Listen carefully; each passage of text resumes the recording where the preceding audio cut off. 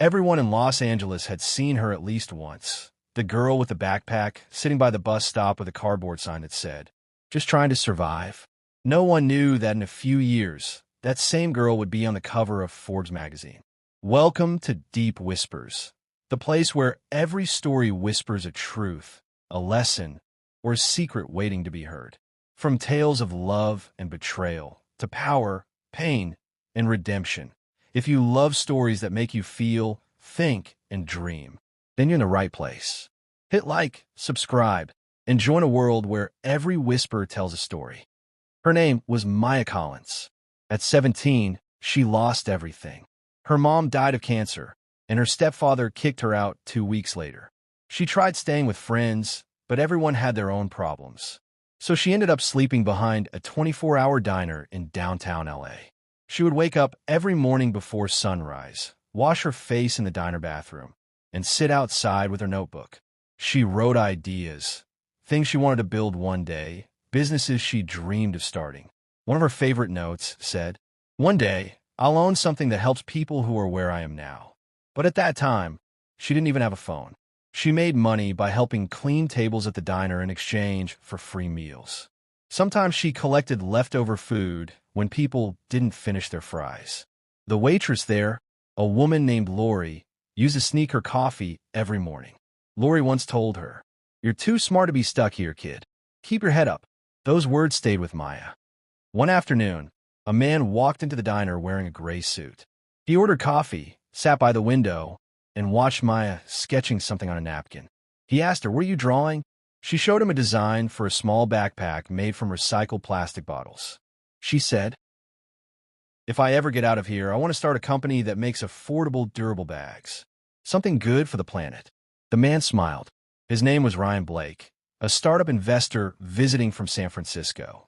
He gave her his business card. She thought it was a joke until he returned 2 weeks later and found her still there.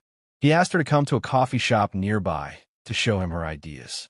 That was the first time she ever used Wi-Fi. Ryan helped her set up an email, make a small business plan, and apply for a local entrepreneurship grant that supported homeless youth. She didn't win, but she made it to the finals. One of the judges liked her passion and gave her a $2,000 loan to start making prototypes. For the next 2 years, Maya worked nonstop. She slept in a women's shelter at night, worked at a fabric shop by day, and used every dollar she saved to buy materials. She called her company Repack. At first, she sold only 10 bags a month on Instagram. Then a college student bought one and made a viral TikTok video saying, "This bag is made by a formerly homeless girl. She's trying to change the world." Overnight, her account exploded.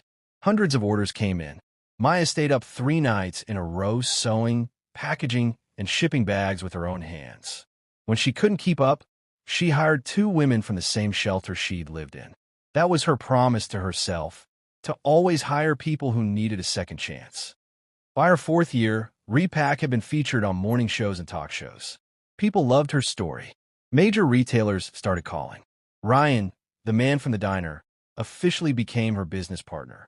They opened a small office in downtown Los Angeles, the same street she used to sleep on. Maya walked into that building with tears in her eyes. She told Ryan, "I used to beg for food right outside this block. Now I'm signing contracts here." Within 5 years, Repack became one of the top eco-friendly bag brands in America. Celebrities started carrying them. A popular singer posted one on Instagram and tagged her. Sales doubled overnight. In her 7th year of business, a global fashion company offered to buy 51% of Repack for $400 million. Maya said no. Instead, she raised investors and kept control of her brand. 2 years later, Repack expanded worldwide. Europe, Asia, Africa. By her 10th year, she became one of the youngest self-made billionaires in the U.S. People called her the homeless CEO, but she hated that name. She preferred the builder. She built shelters in 6 major cities through her foundation, giving free housing and job training to homeless youth. Every Repack store hired at least one person from a local shelter. One morning, Maya drove to that same diner where it all started. She ordered coffee and sat by the window, the same spot where Ryan once sat. The waitress came over. It wasn't Lori anymore, but she told the new waitress, Someone once changed my life in this place.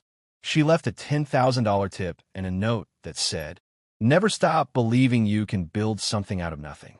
Then she walked out quietly, wearing one of her own backpacks. Maya's story wasn't about luck or magic.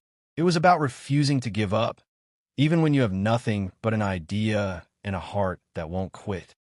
From sleeping on the streets to running a billion-dollar company, Maya Collins proved that sometimes the best businesses start with broken dreams and a little bit of hope left in the dark.